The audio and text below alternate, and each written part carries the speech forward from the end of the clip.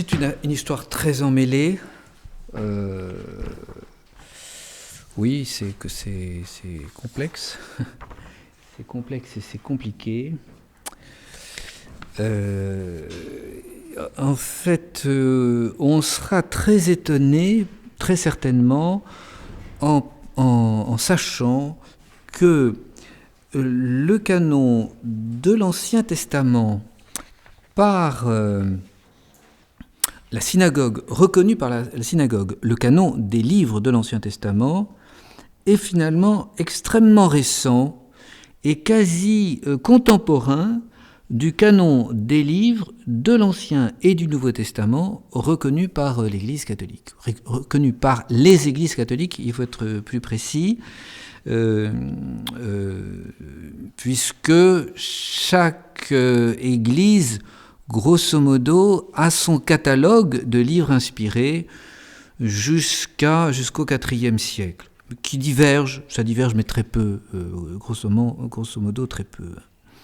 En fait, donc, l'écriture est divisée en trois grandes parties. Il y a les livres dans l'Ancien Testament de la Torah, c'est-à-dire les 5 premiers livres du Pentateuque, Genèse, Exode, Lévitique, Nombre et Deutéronome, et qui sont la pierre d'angle de l'écriture de l'Ancien Testament. Parfois, on y joint le livre de Josué, ce qui, au lieu de faire Penta, fait Exa, 6e, 6 livres. Mais ça n'est pas la tradition universellement reçue. Donc on gardera, même chez les Juifs, il y a des différences, donc on gardera ce noyau principal que l'on appelle la Torah, le Pentateuque, les 5 livres en grec. Alors pour cela, ça ne pose pas de difficulté. Il y a une tradition constante que nous sommes là en présence de livres qui ont été révélés par Dieu et rédigé par Moïse. Et donc là, ça n'est pas une difficulté.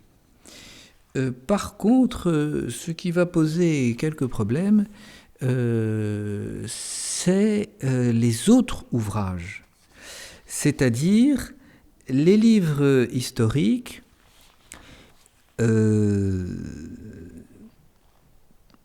qui raconte l'histoire des rois d'Israël, Samuel, livre des rois, livre des paralipomènes, et puis tous les petits livres annexes qui sont satellites, n'est-ce pas, qui racontent l'histoire des juges, de Ruth, d'Esther, bon. Ensuite, il y a la liste des livres sapientiaux, qu'on appelle aussi didactiques, Job, les psaumes, les proverbes. Et puis, la dernière catégorie, c'est le livre des prophètes. Ce sont les livres des prophètes, 4 grands, 12 petits. On met à part les livres historiques, les derniers, qui sont les 2 livres des Maccabées. Pour tous ces ouvrages, il n'y a pas eu de décision, on pourrait dire, avant l'ère chrétienne, même chez les Juifs. Pour quelle raison ? Parce que il y avait la présence des prophètes. Jusqu'au IIe siècle, IIIe siècle avant Jésus-Christ. Et alors, donc, les véritables gardiens de la loi, gardiens de la tradition, ceux qui sont dans la révélation, ceux qui sont entre Dieu et Israël, ce sont les prophètes. Et donc, c'est à eux, n'est-ce pas, que l'on attend, c'est d'eux que l'on attend les paroles de vérité, le rappel de la loi, de la morale, et Donc on ne fait pas attention, on pourrait dire, aux autres ouvrages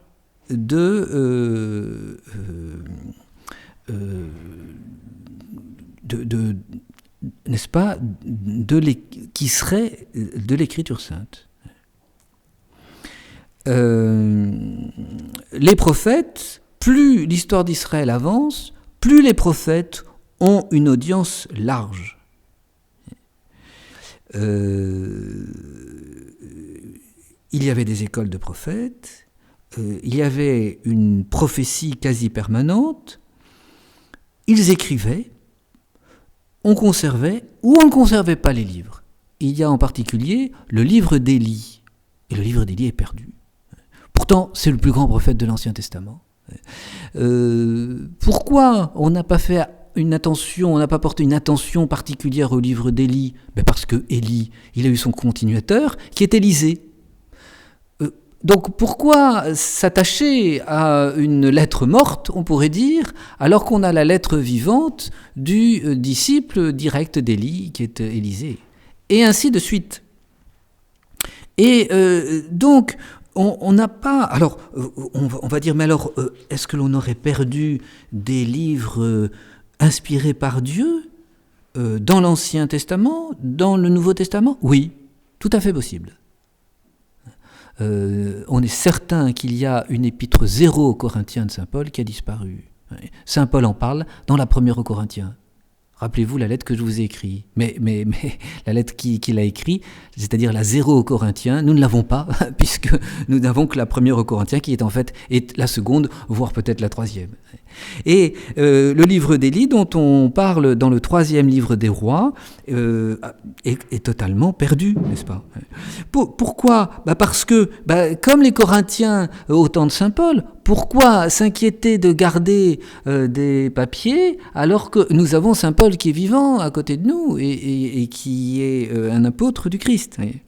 Donc c'est pour cela que, en dehors de la Torah, et on va voir pourquoi, parce que c'est le livre fondateur, c'est la référence d'Israël, c'est le gardien de traditions extrêmement anciennes, et finalement qui ne sont pas israélites, comme la Genèse.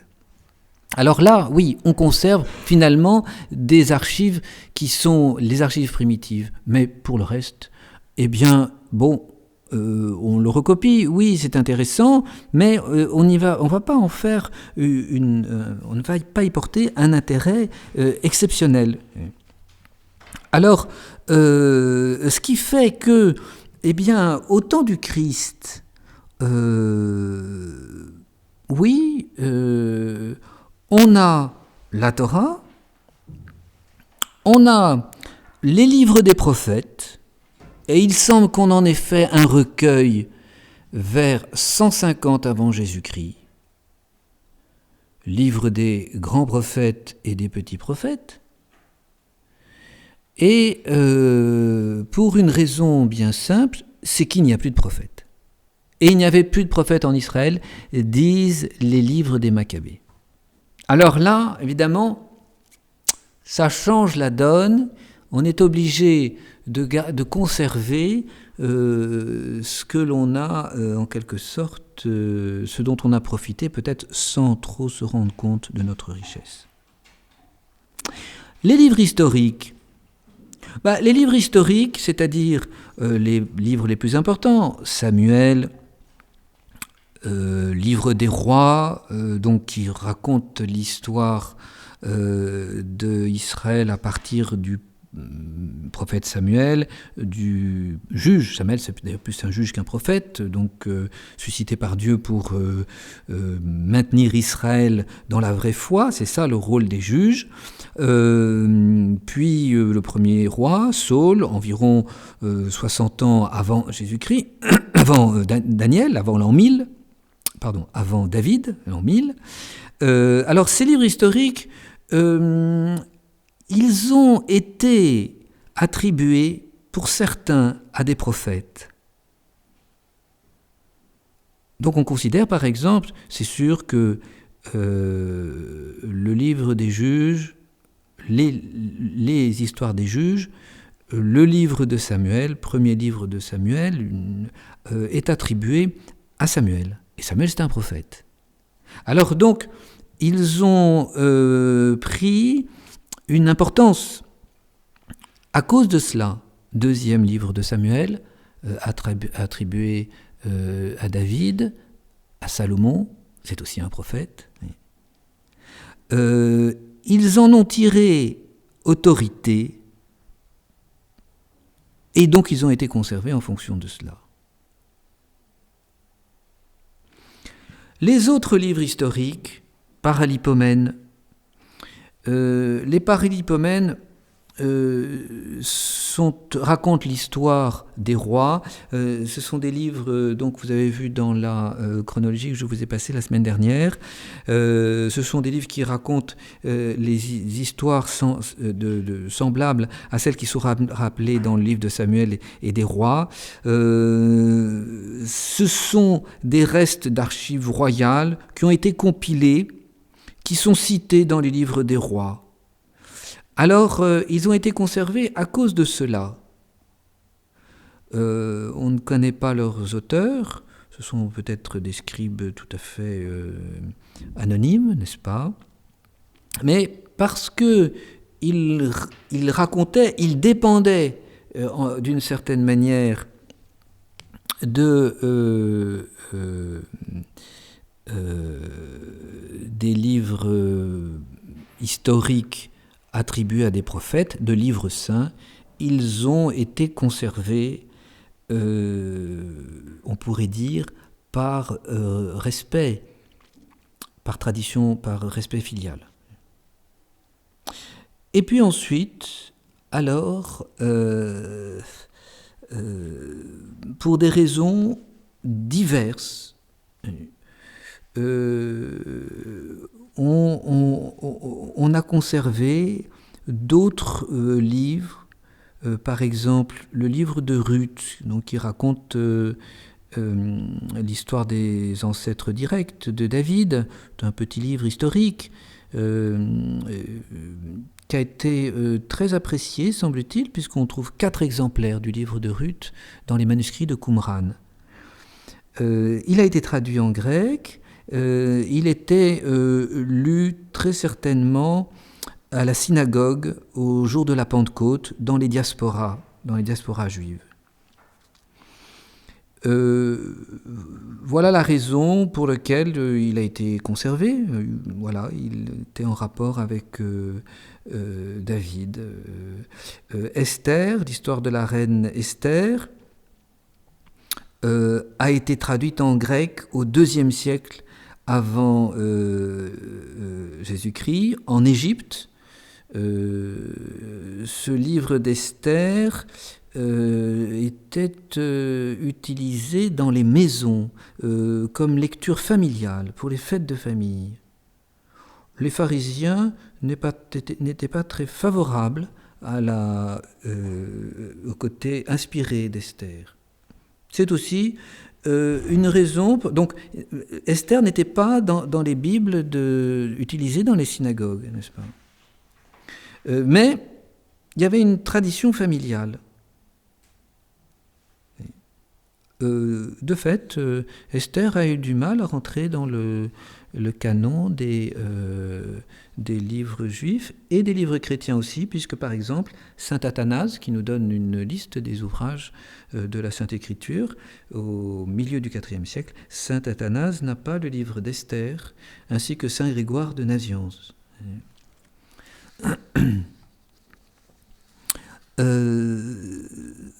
Donc, il y avait chez les Juifs une latitude quant aux ouvrages inspirés ou non inspirés.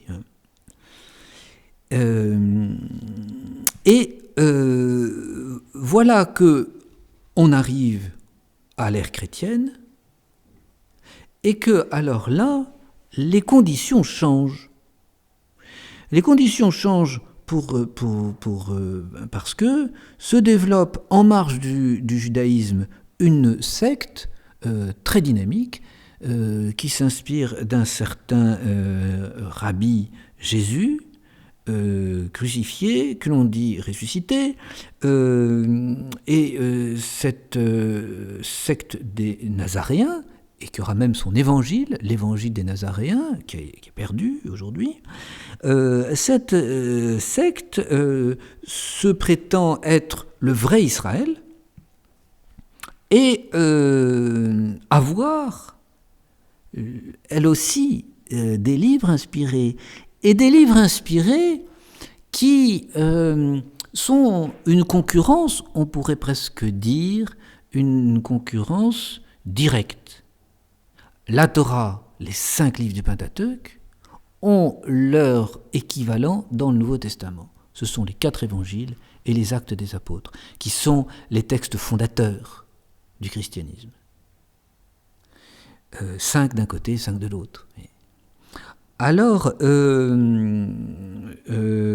après la chute de Jérusalem, les pharisiens, qui restent les maîtres de la société judaïque, les Sadducéens ont été éradiqués. Les Sadducéens, c'est le parti de la noblesse, le parti qui a mené la lutte contre Rome avec les Zélotes.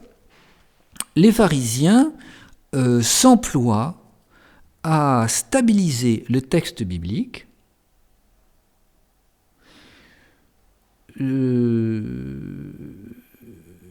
et donc pour cela vont être obligés de définir quels sont les livres qui font partie ou non de la Sainte Écriture, de l'Écriture sainte.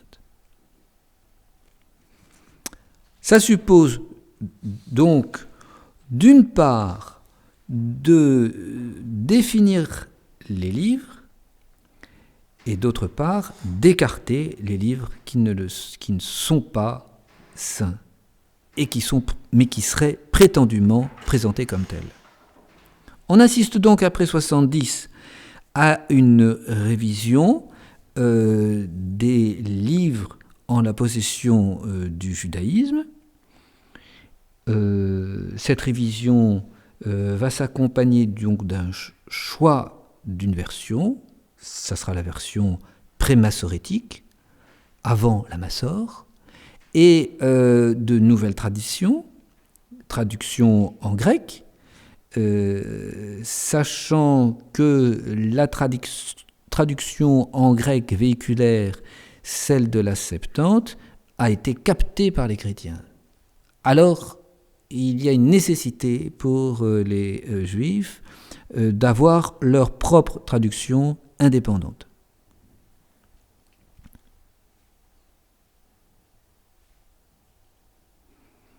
Et donc, on a un gros travail de traduction en grec des ouvrages qui alors se retrouvaient dans cette espèce de mouvance, n'est-ce pas, autour de la Torah, plus ou moins reçue. Donc Esdras, Néhémie, Ruth, le Cantique des Cantiques, les Lamentations de Jérémie. Tous ces ouvrages sont traduits pour être utilisés dans les synagogues en lecture liturgique tout au long de l'année. L'Ecclésiaste, qui n'a pas été reçu par les pharisiens, finit par être accepté à la fin du 1er siècle. Livre inspiré, c'est le grand rabbin Hillel qui impose l'Ecclésiaste comme livre inspiré. Esther, Tobie, l'Ecclésiastique, par contre, semble ne pas avoir été retraduit. Bon, je vous dis tout ça un peu sous le conditionnel, parce que il manque un nombre important, n'est-ce pas, de documents. Donc, on en est encore à des encore à défricher un petit peu cette période intertestamentaire entre l'Ancien et le Nouveau Testament. Alors, ce canon pharisien s'établit à cette époque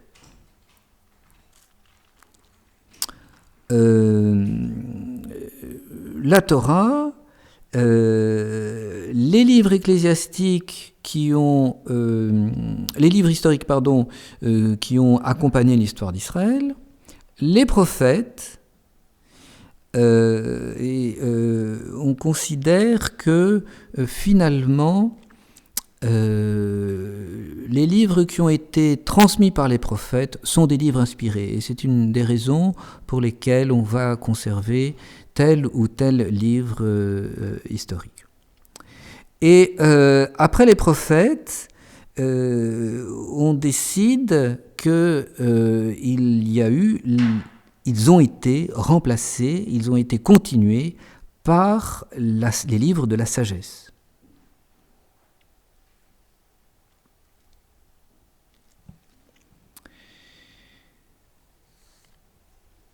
Le motif pour clore le canon de l'Ancien Testament, pour les Juifs, va être la présence des chrétiens.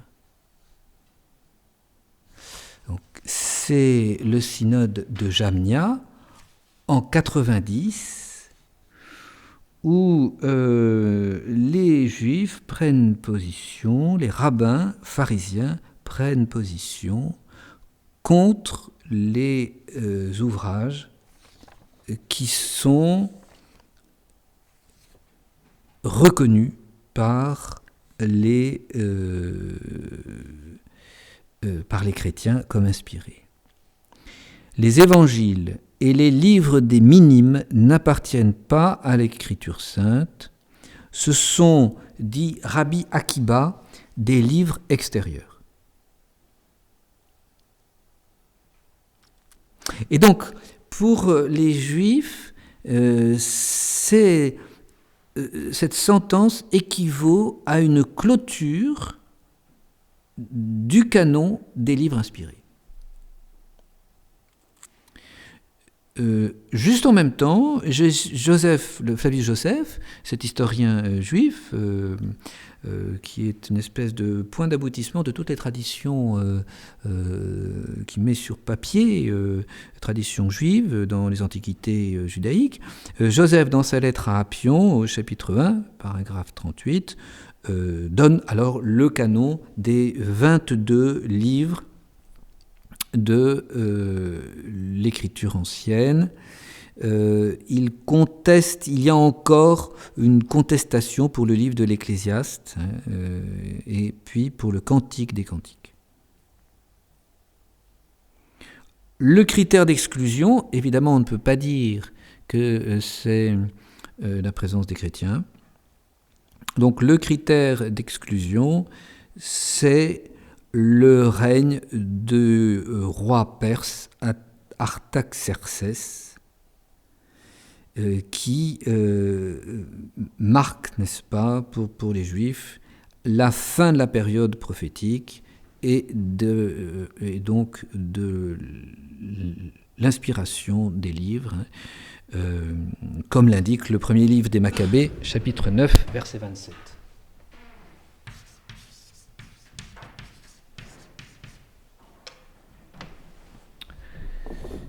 Le deuxième critère d'exclusion, c'est que sont reconnus uniquement les ouvrages en langue hébraïque, donc les écrits originaux en grec et ceux en araméen ne sont pas reconnus.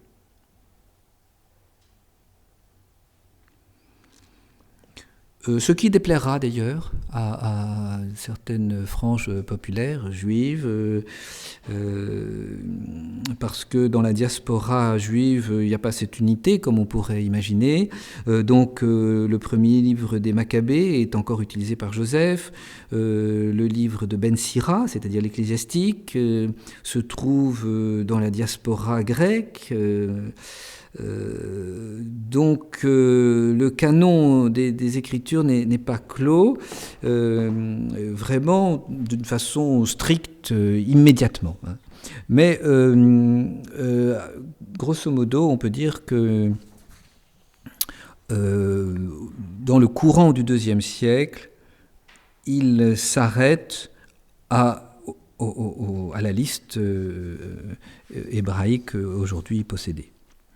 Ce motif, n'est-ce pas, pour arrêter le texte de la Bible, reste toujours quand même, il y a toujours cette influence, n'est-ce pas, du christianisme dont on veut s'écarter.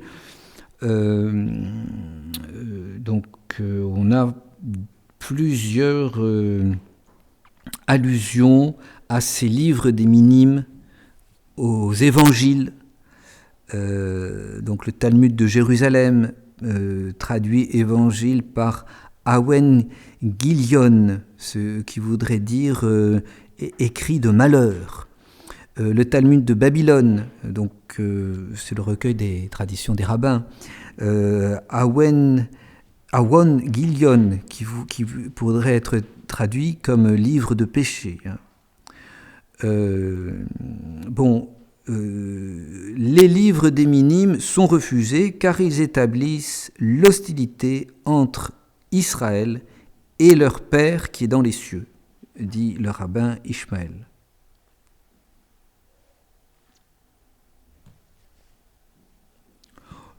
Justin, au milieu du IIe siècle, dans son dialogue avec Tryphon, au chapitre 29, fait bien la distinction. Il y a votre Écriture sainte, vos livres, et il y a nos livres.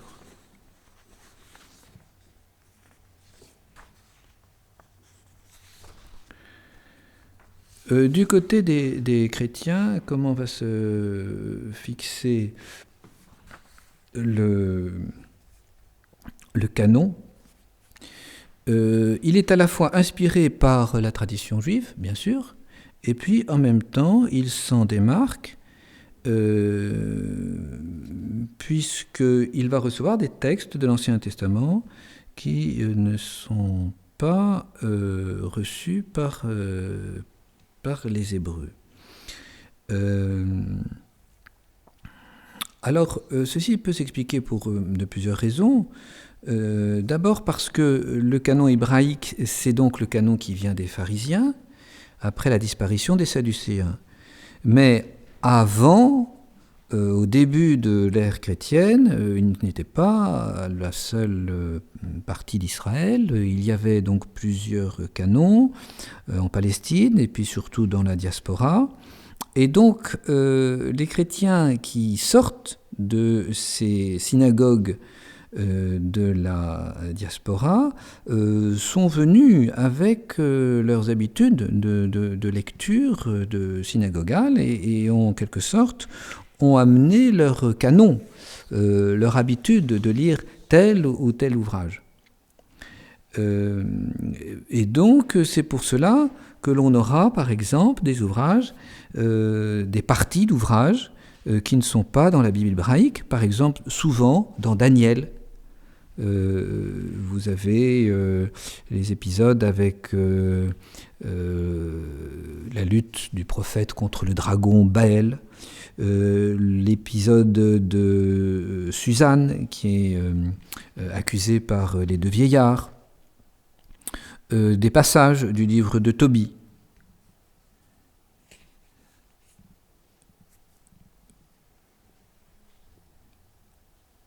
Il se rajoute le livre de la sagesse, le livre de Baruch, les Maccabées, le livre de Judith et une partie du livre de Tobie.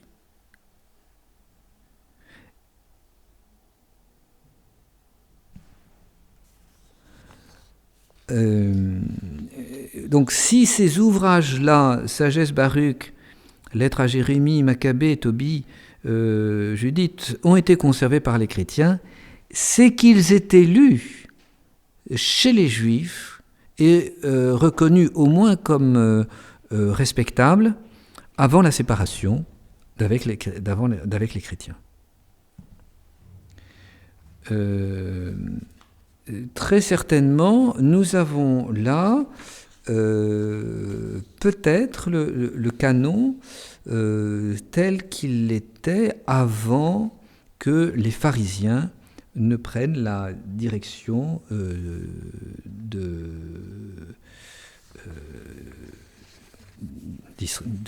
d'Israël.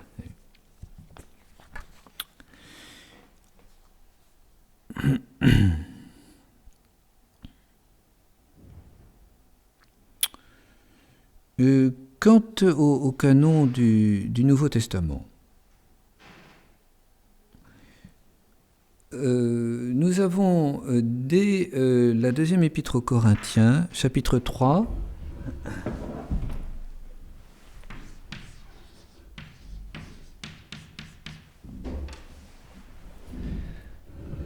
la distinction chez saint Paul des deux alliances. Ces alliances, ce testament, diathekei, désigne en fait les livres saints.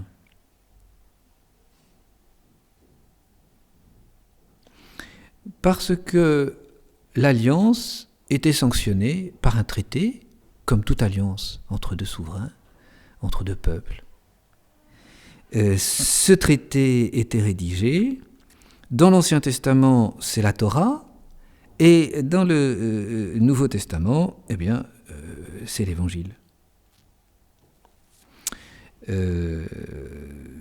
Évangile dont le sommet est très certainement, pour chacun des évangiles, la Passion et en particulier la scène où Jésus-Christ instaure son alliance dans son sang. Et là aussi, le décalque est extrêmement précis. Moïse, dans le livre de l'Exode, a institué une alliance dans le sang des animaux qui avaient été sacrifiés sur l'autel au pied du Sinaï. Et le sang de ces animaux a été aspergé sur la montagne qui représentait Dieu, et puis sur l'ensemble du peuple d'Israël, au milieu duquel est passé Moïse. Jésus-Christ de même institue son alliance en donnant son corps et son sang, et c'est bien dans son sang que l'alliance est nouée, pas dans son corps. Et ensuite, le sang est répandu sur Dieu, Jésus-Christ se communie, et sur les apôtres, il communie les chefs du nouvel Israël. Donc, deux testaments, deux alliances qui sont matérialisées par deux écrits. La Torah va être donnée à Moïse, les évangiles sont donnés à l'Église. C'est déjà ce dont parle saint Paul dans cette deuxième épître aux Corinthiens, qui est datée des fin des années 50, on reviendra sur ces questions de datation des livres du Nouveau Testament, à une époque donc où il est très possible qu'il exista déjà, peut-être pas les évangiles tels que nous les avons, mais très certainement des pré-évangiles. Saint Luc fait allusion, n'est-ce pas, à ces écrits qu'il a utilisés pour composer son évangile, évangile qui est antérieur à l'an 62. L'évangile de Luc est le tome 1, le tome 2 c'est les Actes des Apôtres. Les Actes des Apôtres se terminent à l'arrivée de saint Paul à Rome pour son premier jugement, donc ça nous amène dans les années 61-62. Et là, les apôtres se terminent brutalement, c'est le tome 2, et c'est la fin de l'histoire. Pourquoi ça se termine comme ça, on ne sait pas. Mais donc, si c'est le tome 2, le tome 1 est antérieur, et c'est d'une évidence. Alors, donc, il y avait là, lorsque saint Paul parle de ces deux alliances, de ces deux testaments, il y avait là déjà au moins une partie d'écrits inspirés qui pouvaient être soit évangiles, soit écrits d'apôtres, n'est-ce pas, comme ceux de saint Paul. Ces écrits sont recueillis par les premiers évêques, les successeurs des apôtres, recopiés et cités. Alors, nous en avons quelques bribes dans la Didaché, qui est la doctrine des apôtres, et que l'on va dater de l'époque de saint Paul, au plus tard de la fin du 1er siècle, au plus tard. Puis suivent, dans l'ordre, évidemment, ces écrits apostoliques sont très peu nombreux, il y en a une douzaine. L'épître de saint Clément, successeur de saint Pierre à Rome, que l'on ne peut pas placer au-delà de 97, 96, 97. Et là, donc, nous avons des citations des écrits évangéliques et des épîtres des apôtres. De même, dans les lettres de saint Ignace d'Antioche, qui sont datées de 107, là c'est très précis, on connaît la date même de mort au jour près de saint Ignace. Et là, donc, nous avons des citations des livres saints, et d'ailleurs, nous avons aussi des citations qui ont disparu, on appelle ça les agrafas.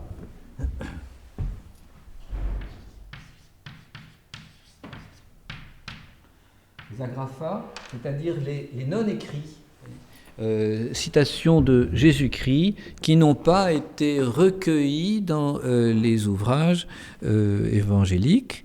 Et donc, nous savons que à la fin du 1er siècle, il y a déjà ces livres reconnus comme inspirés par les chrétiens et utilisés comme tels. La liste est établie dans ce document découvert au XVIIIe siècle par l'érudit Muratori dans une bibliothèque de Milan. Il s'agit du canon de Muratori, donc que l'on date de 150 et que l'on pense être la liste, le catalogue des livres qui étaient utilisés par l'Église romaine. Au moins, en tout cas, bien sûr, nous sommes en Italie, par les églises d'Italie. Et là, nous avons quasiment le canon du Nouveau Testament entier, enfin, sans se fatiguer comme pour l'Ancien Testament où ça a été très, très compliqué d'établir ce canon pour les Juifs. Là, vraiment, tout est là, n'est-ce pas? À 2 ou 3 petites, si j'ose dire, petits ouvrages, l'Apocalypse, qui restera toujours une prophétie difficile à classer et qui est acceptée et refusée par certaines églises, ou en tout cas qui n'est pas citée, et puis l'Épître aux Hébreux, qui est une épître très particulière, parce qu'on ne sait pas qui est, elle est attribuée à saint Paul, et on pense que c'est de saint Paul, mais peut-être que ça ne serait pas lui qui l'aurait rédigé textuellement, mais plutôt son disciple Apollo. Donc comme c'est un écrit, et c'était un écrit un peu anonyme, il n'y a pas d'adresse, n'est-ce pas? Alors on a hésité, l'épître à Philémon, qui est une toute petite épître, l'épître de Jude, dont on a parlé, n'est-ce pas? Grosso modo, c'est très peu de choses, n'est-ce pas? En tout cas, n'est-ce pas?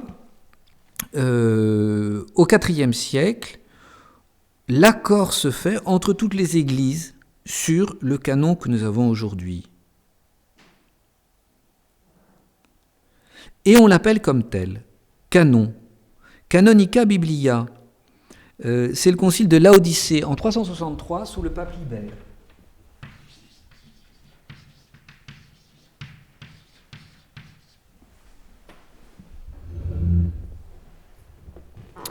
Le terme de canon, d'ailleurs, ne vient pas n'a pas d'origine religieuse, mais ça a une pure origine littéraire. Les grammatikoi, les spécialistes, les docteurs ès-lettres de l'époque, de la bibliothèque d'Alexandrie, à la fin du IIe siècle, ont ouvert un catalogue qui s'appelle Canon, qu'ils ont appelé Canon, où ils ont inclus les œuvres grecques les plus parfaites à leur jugement, et donc ils ont mis en tête Homère. Et donc c'est ce terme, n'est-ce pas, grec, profane, de canon, qui est récupéré par le concile de Laodicée. Les livres canoniques sont autorisés pour la lecture dans l'Église. À la suite, n'est-ce pas, de ce canon biblique, les pères de l'Église donneront leur propre canon, Jérôme, Augustin, et l'accord se fera globalement. Il y a deux sections dans le canon, les proto-canoniques et les deutéro-canoniques. Les proto-canoniques ont toujours été reconnus comme tels, donc dès le début, dès la fin du 1er siècle, puisque le dernier livre inspiré pour le Nouveau Testament est l'Apocalypse, Saint Jean, rédigé vraiment à la charnière entre les deux siècles, peut-être que Saint Jean est mort vers 105, 104, donc l'Apocalypse qui est la dernière œuvre du dernier des apôtres, cette liste, n'est-ce pas, finie des livres du Nouveau Testament, finie de la Nouvelle Alliance, finie à la fin du 1er siècle, et globalement connu pour les proto-canoniques à cette époque, et pour les deutéro-canoniques, après quelques variations, quelques hésitations, eh bien, l'accord se fait au IVe siècle dans l'ensemble des églises catholiques. Il est important de noter que l'on parle de canon de la foi, c'est-à-dire règle de la foi. Le canon des Écritures étant une règle, tout comme le credo étant la règle de la foi. C'est une spécificité chrétienne d'avoir à la fois cette règle écrite et puis cette règle de la foi qui va être orale, n'est-ce pas, et puis s'enrichir petit à petit jusqu'à devenir le canon que nous connaissons à la fin au courant du 5e siècle.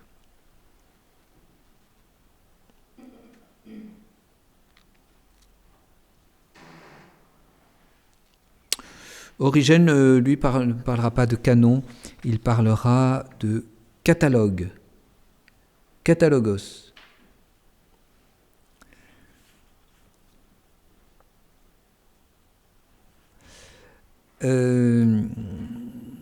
Les Juifs seront bien obligés de faire comme les chrétiens.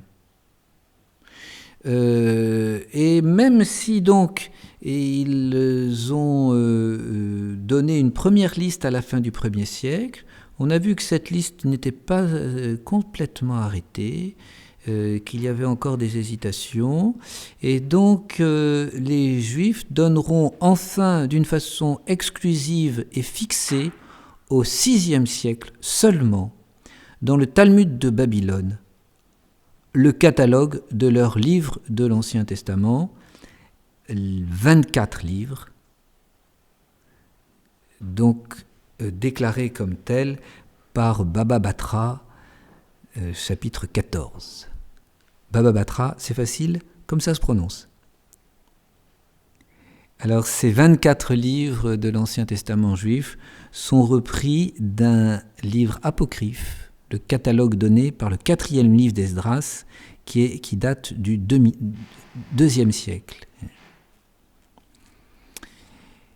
Alors il y a la Torah, et puis il y a les prophètes, et puis il y a les Ketunim, c'est-à-dire les autres écrits.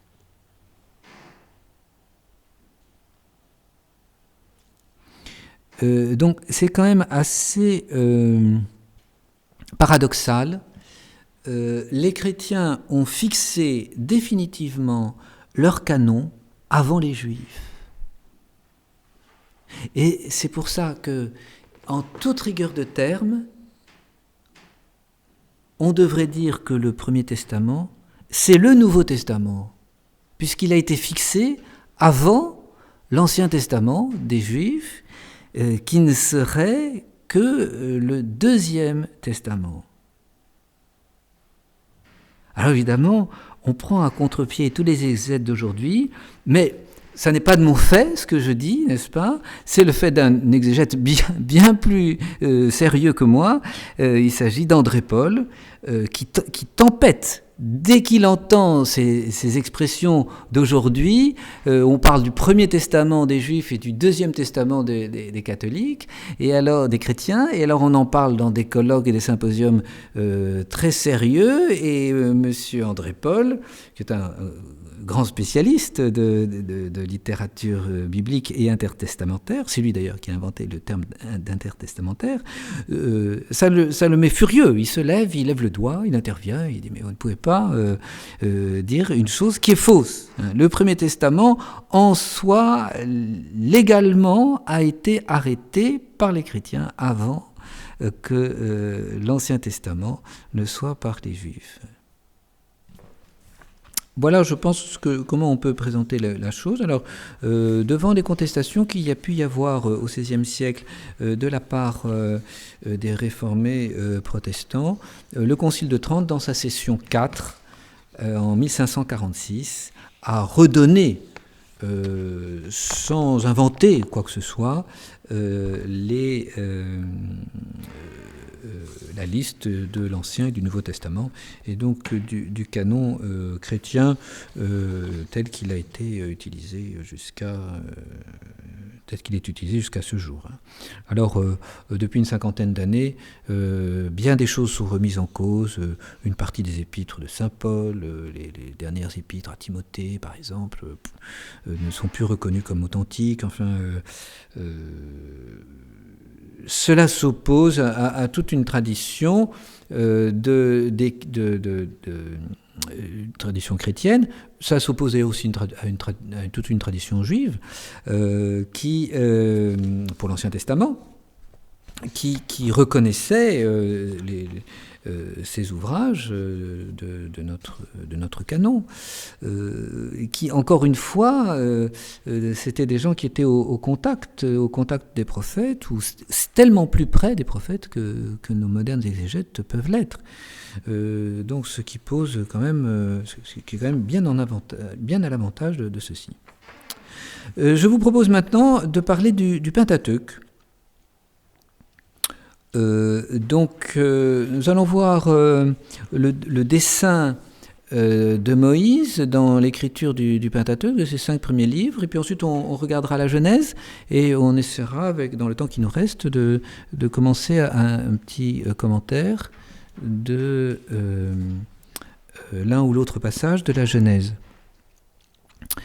Donc, le Pentateuque, ce sont donc ou la Torah, c'est-à-dire la loi, ce sont les 5 premiers livres de l'Ancien Testament, les 5 premiers livres qui ont pour auteur tous Moïse. Donc c'est là aussi toute la tradition juive et de l'Église.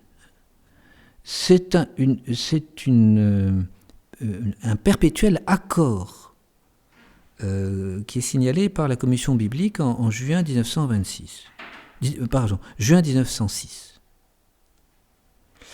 Alors, ça ne signifie pas que Moïse a tout écrit matériellement.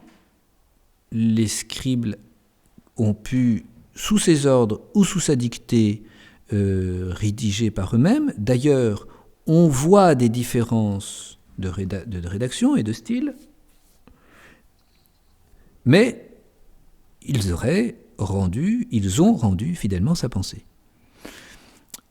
Ça ne signifie pas non plus que Moïse a tout tiré de son fonds propre, on est prêt à reconnaître, l'Église reconnaît qu'il y a des traditions orales et des documents qui ont servi à la rédaction de ces 5 tomes de la Torah.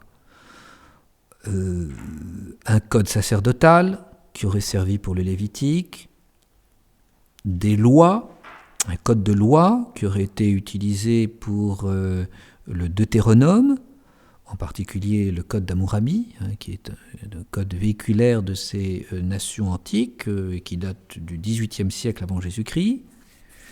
Et puis, 2 sources, c'est les principales, c'est celles qu'on a pu délimiter, identifier. 2 sources que l'on appelle yavistes et éloïstes, du nom de Yahvé et du nom de Elohim plutôt, qui est utilisé pour désigner Dieu. Et c'est le même être désigné par 2 noms. On en a tiré la conclusion qu'il y avait là 2 sources, une source plus profane et une source plus sacerdotale. Bon, le problème, alors ceci était universellement reconnu, et encore la commission biblique en parle en 1906. Je dis universellement reconnu dans les exégètes modernes, on n'en parle pas au 5e ou 6e siècle. Mais le problème, c'est la fameuse découverte des écrits de Qumran, qui donne des traditions hébraïques différentes de la seule version qu'on avait, la Massor, et ces traditions s'accordent avec le Pentateuque avec la traduction grecque, et effectivement, on ne trouve pas ce balancement entre les 2 termes yavistes, de Yahvé et de Elohim. C'est différent. Alors, ça remet en cause ce que l'on retenait pour acquis aujourd'hui de ces 2 sources. Comme quoi, il faut toujours se méfier des déductions faites, nous disions la semaine dernière, uniquement sur des critères internes. Bon, au-delà de ceci, on distingue des chronologies, par exemple, différentes dans le déluge. C'est très, très certain. Il y a des points de vue vraiment différents. Ce que je vais vous distribuer là,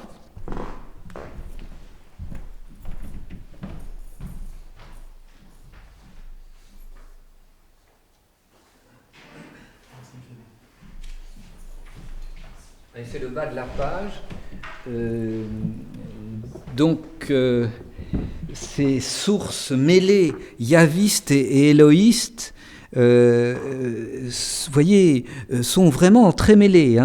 Vous voyez, du chapitre 6 au chapitre 9, parfois même, je ne suis pas rentré dans les détails, ça coupe au milieu de certains versets.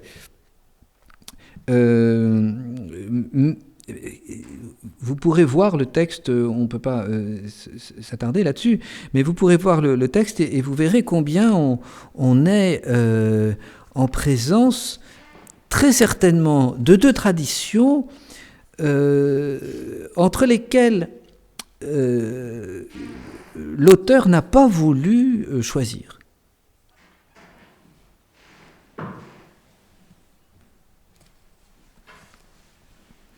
Alors, il a laissé une grande liberté, n'est-ce pas, et il a mêlé les deux traditions, n'est-ce pas. Alors, par exemple,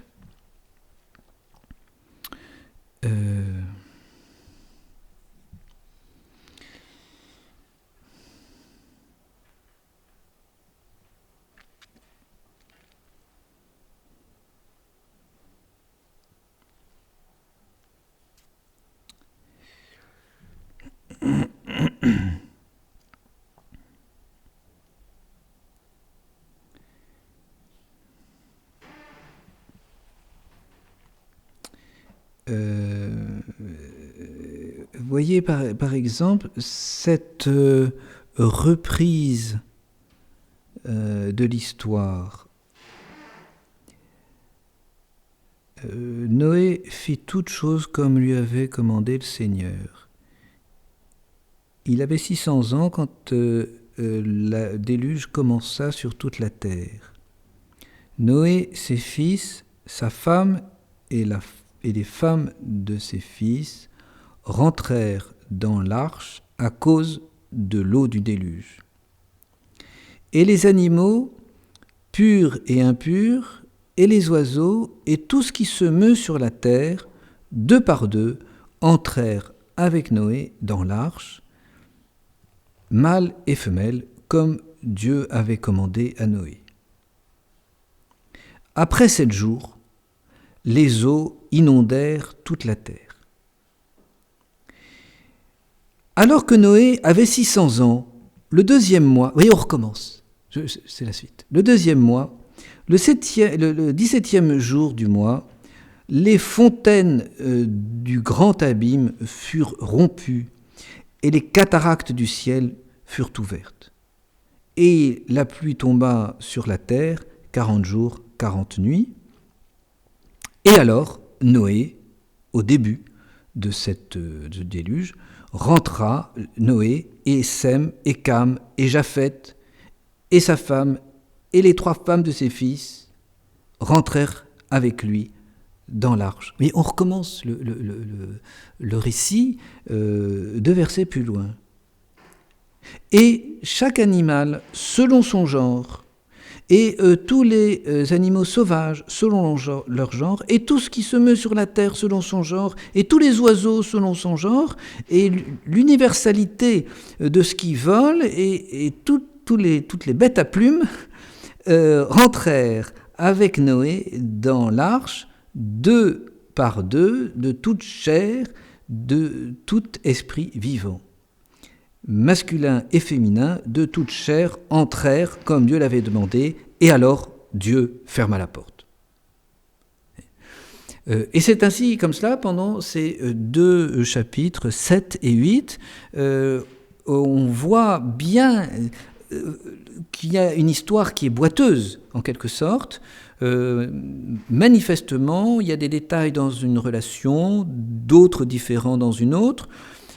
Parfois, c'est un peu chinois pour arriver à les accorder. Hein. Je vous l'accorde, justement.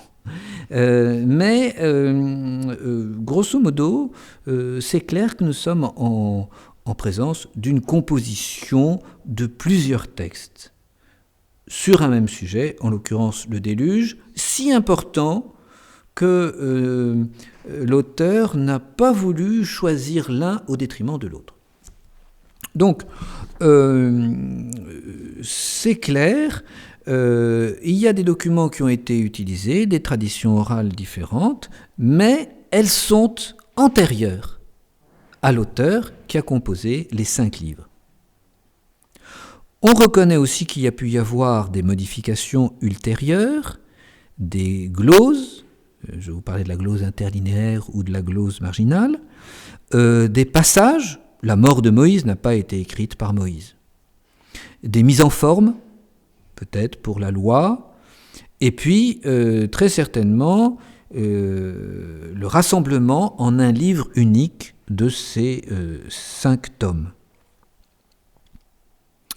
Mais tout cela, n'est-ce pas, très certainement, c'est-à-dire avec certitude, sous l'inspiration, la décision, la volonté de Dieu. Alors il peut y avoir même des rajouts de prophètes ultérieurs. Par exemple, vous pourrez comparer le Deutéronome, chapitre 17,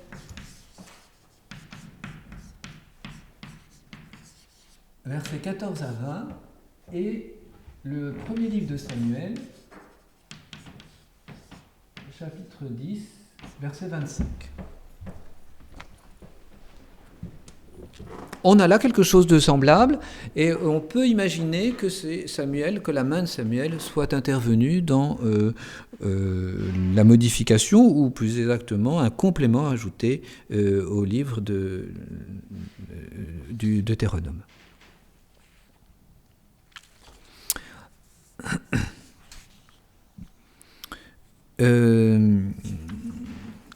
Alors, quel est le dessein de Moïse dans l'écriture de la Torah?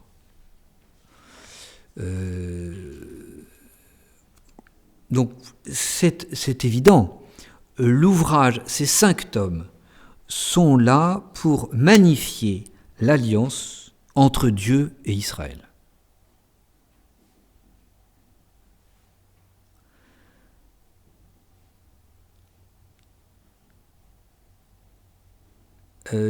C'est un livre à la gloire de Dieu, bien sûr, c'est un livre à la gloire de Dieu, à la gloire de la bonté de Dieu, qui se penche sur ces pauvres pécheurs que sont les hommes, prévaricateurs, tous aussi insupportables les uns que les autres, et qui vient sceller une alliance pour toujours. C'est les promesses faites à Abraham.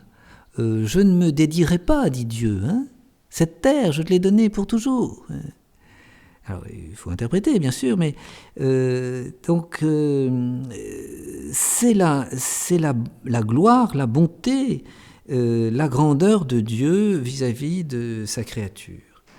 Alors, d'abord, cette magnificence est en raison du contexte général. Contexte général de l'humanité. Donc, c'est le livre de la Genèse. Nous voyons des chutes répétées, des infidélités répétées. D'abord d'Adam, puis des patriarches, qui aboutissent au déluge. Et c'est le chapitre 6, « Toute chair avait corrompu sa voie devant Dieu ». Alors, toute chair, ça veut dire toute l'humanité. Et il s'est répété à plusieurs reprises. Et puis, après le déluge, de nouveau, c'est l'épisode malheureux de Babel, n'est-ce pas, la tour de Babel, la dispersion des hommes, leur idolâtrie. Et puis, à côté de cela, nous avons les bénédictions de Dieu sur toutes les nations.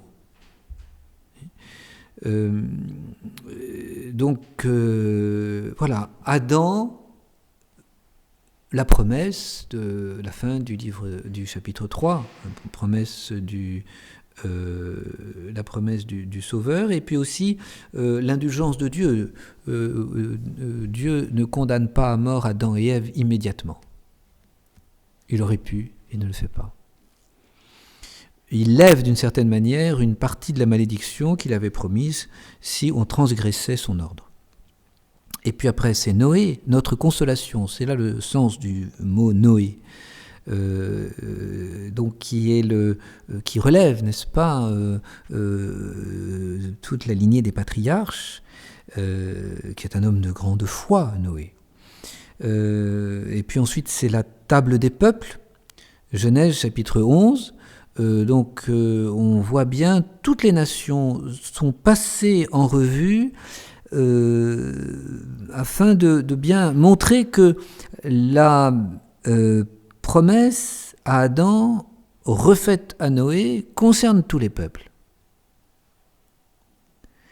Et donc, bénédiction ensuite sur les voisins d'Israël, Ismaël et les Arabes, Ésaü et les Édomites.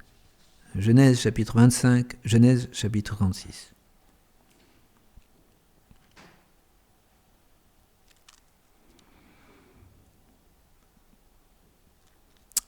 Donc, grandeur de l'alliance de Dieu, en raison du contexte général de l'humanité, c'est la Genèse.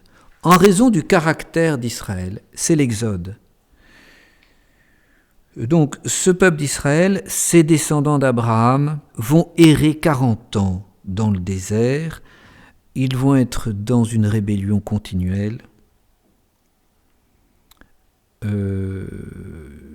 D'ailleurs, la conquête de la Terre Sainte ne sera pas réalisée à cause de leur manque de pugnacité.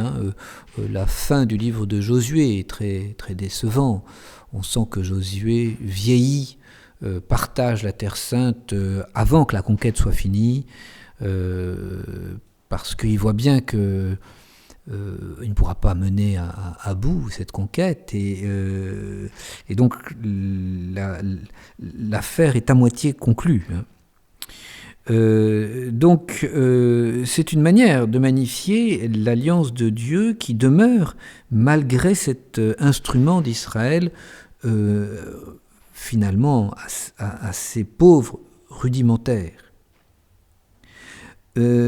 Magnifier l'alliance en raison de la nature de l'alliance. Et donc, c'est le livre du Lévitique. Donc, le troisième livre qui expose la grandeur du culte rendu à Dieu. Donc, le Lévitique, ce sont les lois sacrificielles et sacerdotales.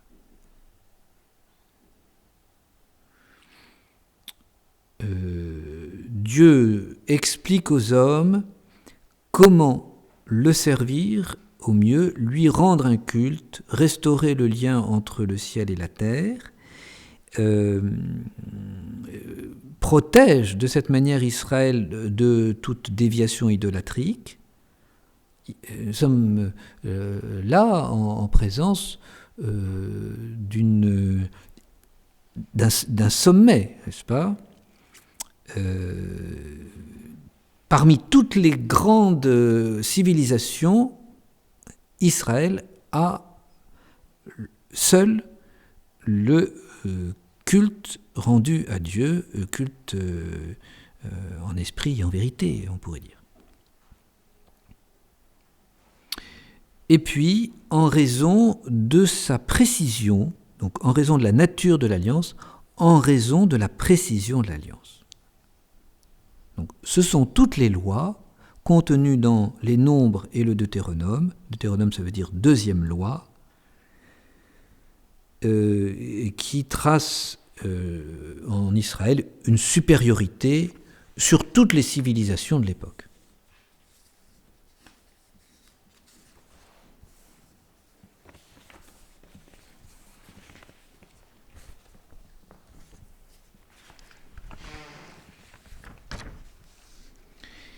Alors maintenant, si vous voulez, nous pouvons, après cette introduction, nous pouvons regarder quelques passages de la Genèse.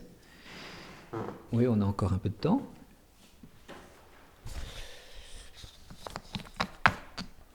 Oui, juste auparavant, dans la photocopie que je vous ai passée, ce sont ce que l'on appelle les colophons.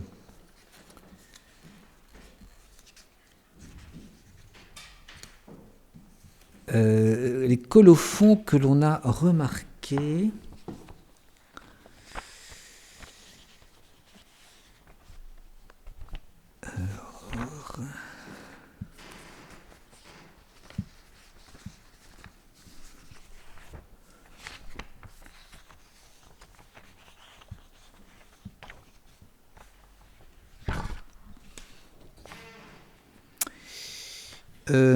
Donc, colophon, c'est-à-dire les expressions communes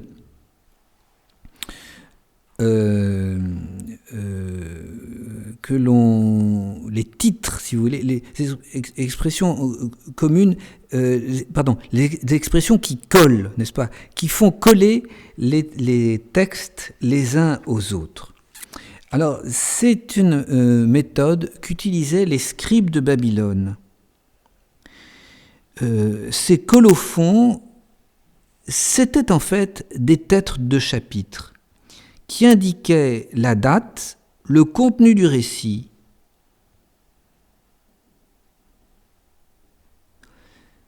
l'auteur, et donc qui permettait de bien qui donnait une armature, une structure à l'ouvrage. Voilà que ces colophons, nous les trouvons dans le livre de la Genèse. Ce sont les titres que je vous ai indiqués là. Toledot. Toledot, ça veut dire commencement. Genesis en grec, la Genèse. Donc quand vous ouvrez votre écriture sainte à la Genèse, eh bien, au chapitre 2-4, vous avez le titre. Toledot, Genesis, du ciel et de la terre. Et puis ensuite, 5-2, commencement des générations d'Adam, de Noé, etc. Donc c'est un procédé extrêmement ancien, utilisé par la littérature des scribes de Babylone. Babylone, la Mésopotamie, c'est le lieu d'origine d'Abraham. Le fait d'avoir remarqué dans la Genèse cette succession de titres en tête de chacun des ouvrages qui racontent la vie de tel ou tel patriarche, elle laisse entendre, n'est-ce pas, que nous sommes bien en présence de documents qui viennent de Mésopotamie et qui ont été véhiculés, et donc très certainement, par la famille de Taré et Abraham. Taré étant le père d'Abraham. On remarque aussi un deuxième procédé qu'on appelle des accroches-lignes, c'est-à-dire des répétitions de textes à la suite l'un de l'autre pour indiquer qu'on était à la fin d'une tablette et indiquer le début de la tablette suivante. Ce qui permettait de relier dans l'ordre les tablettes sans se tromper. Et on ne numérotait pas les pages avec des chiffres arabes comme aujourd'hui, 3, 4, 5, 6, ça n'existait pas. Donc il y avait cette répétition de textes que l'on trouve d'ailleurs parfois encore qu'on trouve dans certains manuscrits médiévaux et qu'on trouve aussi dans certains ouvrages imprimés anciens incunables. Je prends par exemple le chapitre 11 de la Genèse, verset 26. Vous allez voir de quoi il retourne.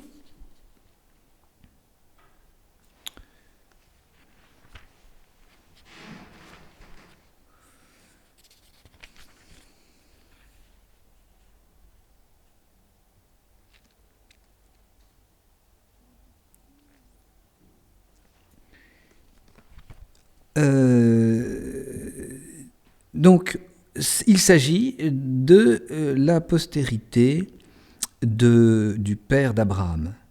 Taré vécut 70 ans, il engendra Abraham et Nacor et Haran. Voici les générations de Taré. Taré engendra Abraham, Nacor et Haran. Oui, répétition d'un verset sur l'autre du même membre de phrase.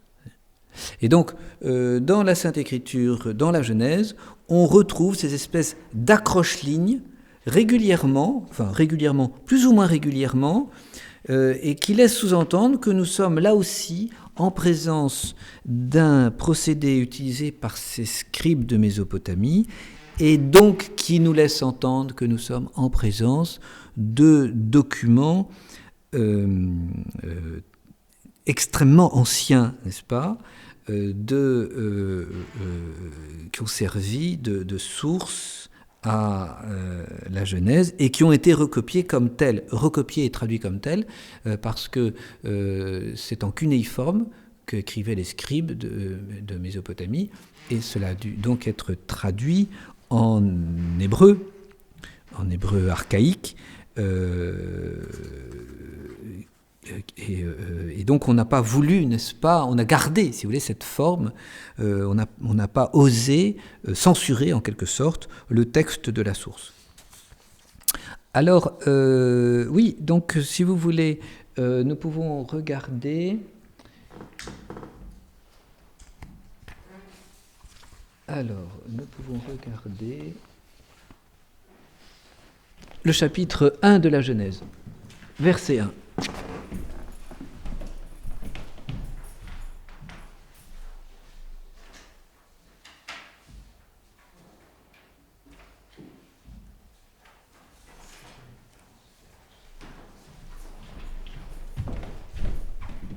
Alors, je vous ai fait passer là la polyglotte de Vigourou, c'est-à-dire la mise en colonne de plusieurs versions de la Sainte Écriture. En l'occurrence, donc, nous avons le texte hébreu de la Massor, et puis la Septante, donc la traduction grecque, ancienne. Bon, là aussi c'est un texte reçu, qui a été perfectionné. Vous avez la Vulgate en latin de Saint Jérôme, et puis nous avons l'ouvrage de la traduction, je pense que c'est la traduction même que Vigourou a faite. Et donc nous avons le début là de l'écriture sainte, Bérécite, c'est-à-dire le commencement.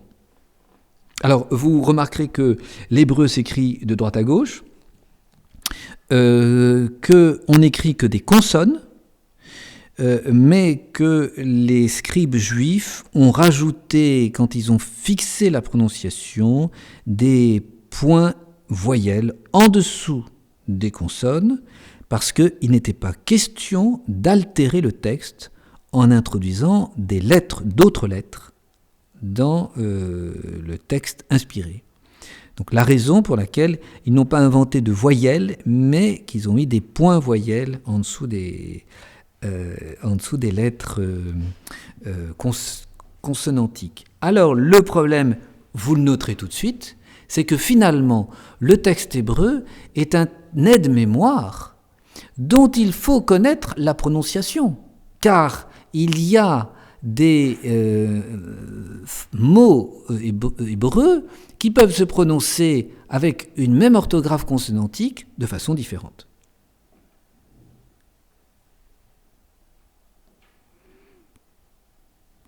Donc, évidemment, on pourra avoir des modifications de lecture, sans parler des erreurs qu'il peut y avoir dans le recopiage.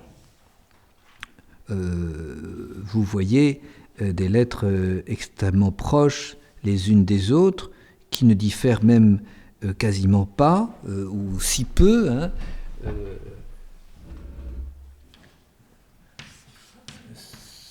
C'est exactement le même, sauf que le point est différent. Il y en a un qui est devant, il y en a un qui est derrière. Et ça, c'est le S d'un côté, le CH de l'autre. Ça ne se prononce pas de la même manière, et ça s'écrit quasiment de la même manière. Donc évidemment, on est...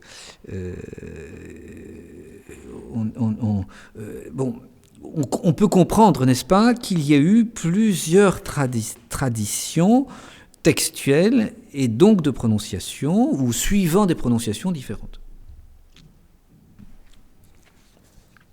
Alors, si nous prenons ces premiers mots de la parole de Dieu, n'est-ce pas, au commencement, donc, Dieu créa le ciel et la terre. Alors, Dieu est nommé ici Yahvé.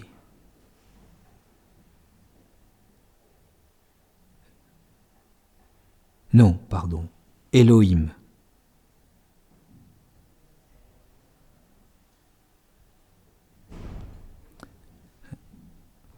Alors, donc Elohim c'est un pluriel. Hein.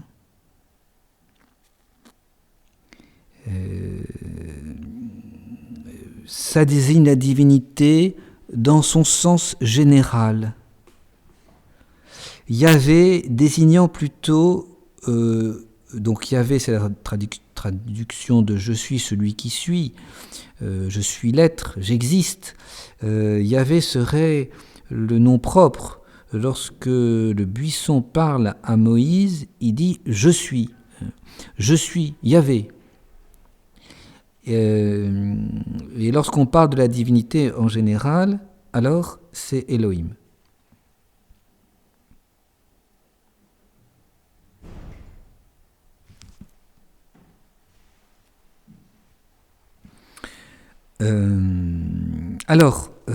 Donc on remarque, n'est-ce pas, dans ce premier verset du premier chapitre du premier livre, du Premier Testament, non, du Second Testament, on remarque, n'est-ce pas, que le livre, la parole de Dieu commence par Bereshit. Bet. Le Bet, donc c'est toute première lettre, n'est-ce pas, c'est la deuxième lettre, Aleph est la première lettre, et Bet est la deuxième. C'est la deuxième lettre de l'alphabet. On voit dans... Alors, la langue hébraïque, elle s'est faite... elle se fait là, dans l'écriture de la Torah. Je vous disais dit qu'il y avait des sources très certainement mésopotamiennes, donc c'est du cunéiforme. Moïse récupère ce matériel documentaire et avec l'aide de l'alphabet phénicien, mélangé avec certains caractères égyptiens qu'il a transformés, il crée, on pourrait dire, une langue nouvelle. Et en même temps donc qu'il rédige la parole de Dieu, il crée sa langue. Il la peaufine. Bon, elle va évoluer, il y a un proto-hébreu et ensuite... Et donc, on peut se dire, mais voilà, il n'y a rien au hasard. Le Bereshit, c'est peut-être bien un mot composé pour exprimer ce terme de commencement. Un mot composé ad hoc, vous voyez, pas un mot utilisé. Quand on doit traduire Yahvé en grec, il n'y a pas de correspondance. On a une langue qui existe, s'appelle le grec, et il n'y a pas de correspondance. Comment on traduit Yahvé ? Si on traduit je sais, je suis, ça ne voudra rien dire. Alors on dit, on va prendre un mot et on va choisir, et on va lui donner un sens nouveau, et ce sens nouveau, ça sera Yahvé. Et alors, qu'est-ce qu'on utilise comme mot ? Kurios, Seigneur. Mais on a une langue déjà formée, et on est obligé, avec cette langue formée, de traduire d'une langue tout à fait différente des mots avec des sens très particuliers. Mais Moïse, il n'a pas ce problème-là. Il invente sa langue, il conçoit sa langue, il la modifie, il ne l'a pas inventée, mais l'alphabet phénicien existe avant lui. Mais il modèle sa langue en même temps qu'il écrit qu'il écrit sous l'inspiration, qu'il rédige, n'est-ce pas, son texte. Alors Bereshit, on ne peut pas ne pas remarquer que c'est la deuxième lettre de l'alphabet et que ça pose donc une dualité dès le début. Effectivement, au début, il y a une dualité entre Dieu et le commencement, entre Dieu et la création. Et voilà pourquoi on pense, n'est-ce pas, que c'est ce mot Bereshit qui a été utilisé parce qu'il commence par le Bet, par la deuxième lettre de l'alphabet hébraïque. Alors, Bereshit, c'est un mot d'ailleurs qui est forgé de toutes pièces, le B signifie dans, et la deuxième partie du mot, réchit, vient de rot, qui veut dire principe. Dans le principe, avant tout. Avant tout parce que c'était dans le principe.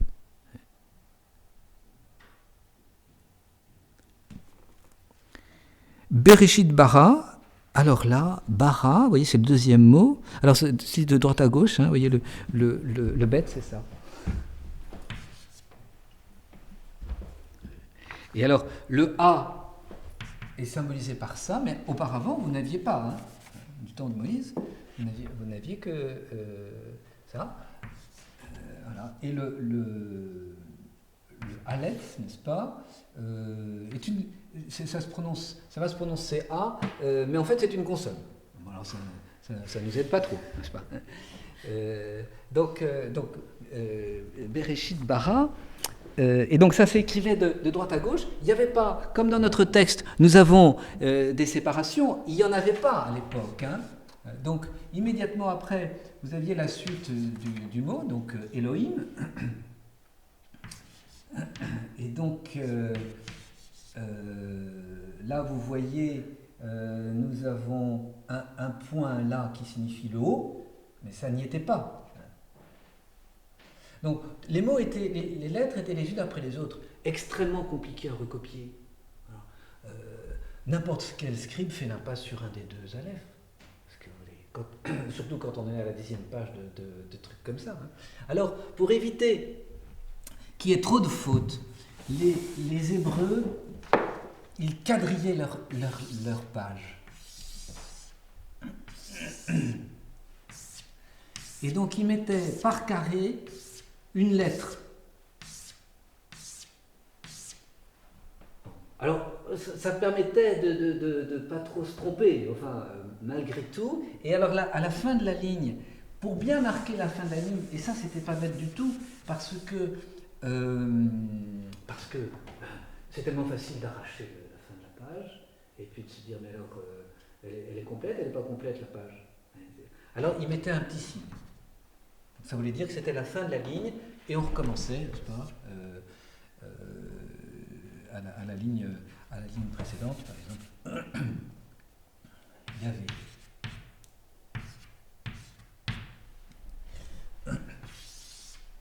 Donc, ça c'est Yavé, et ça c'est Elohim.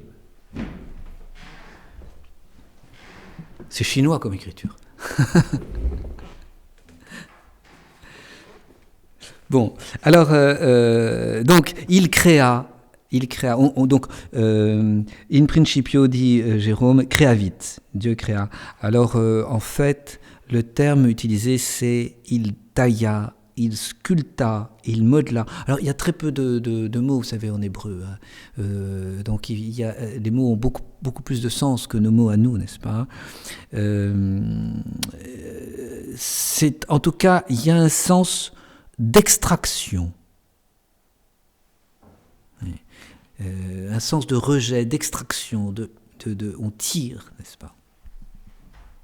Voilà, on continuera la prochaine fois si vous êtes courageux.